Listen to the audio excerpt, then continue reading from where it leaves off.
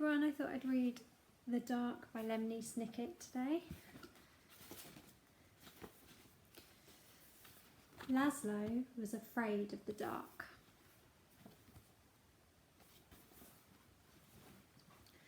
The dark lived in the same house as Laszlo. A big place with a creaky roof, smooth cold windows and several flights of stairs. Sometimes the dark hid in the cupboard. Sometimes it sat behind the shower curtain.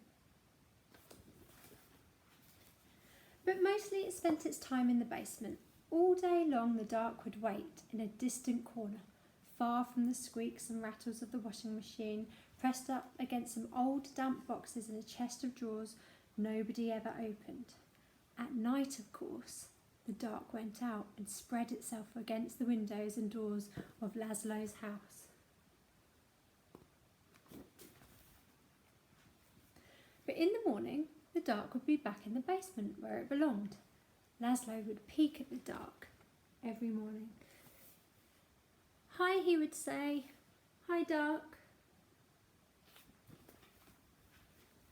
Laszlo thought that if he visited the dark in the dark's room, maybe the dark wouldn't come and visit him in his room.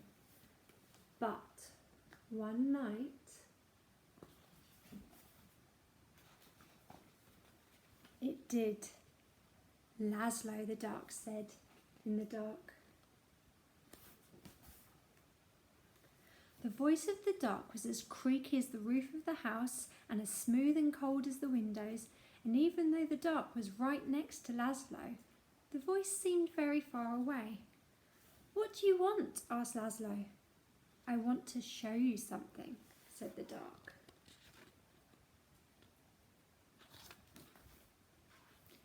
"In here?" "No," said the dark. "Here?" "No," said the dark. "Downstairs." Downstairs? "Yes," said the dark.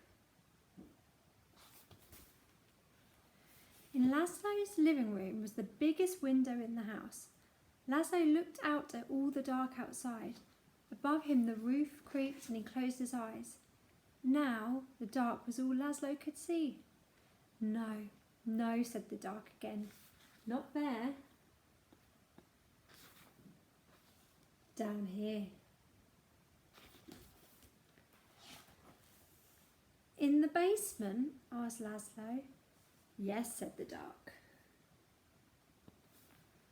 Laszlo had never dared come to the dark's room at night. "Come closer," said the dark. Laszlo came closer. "Even closer," said the dark.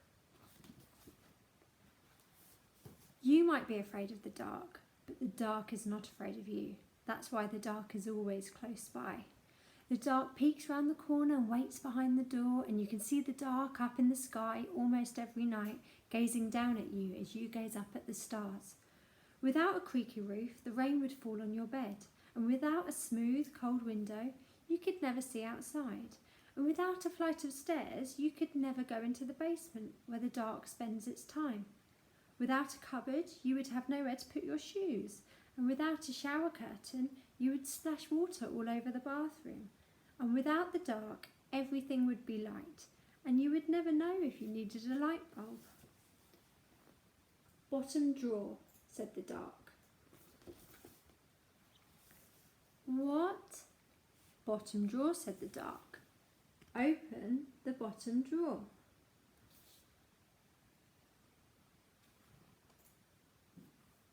"Thank you," said Laszlo. "You're welcome," said the dark.